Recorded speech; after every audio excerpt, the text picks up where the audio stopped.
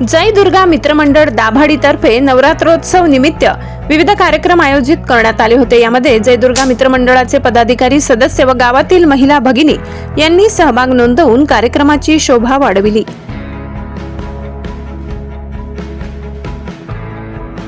आनंद द्विगुणित केला। आपल्या सर्वांच्या सहभागाने या वर्षीचा जय दुर्गा नवरात्रोत्सव मोठ्या उत्साहात साजरा करण्यात आला।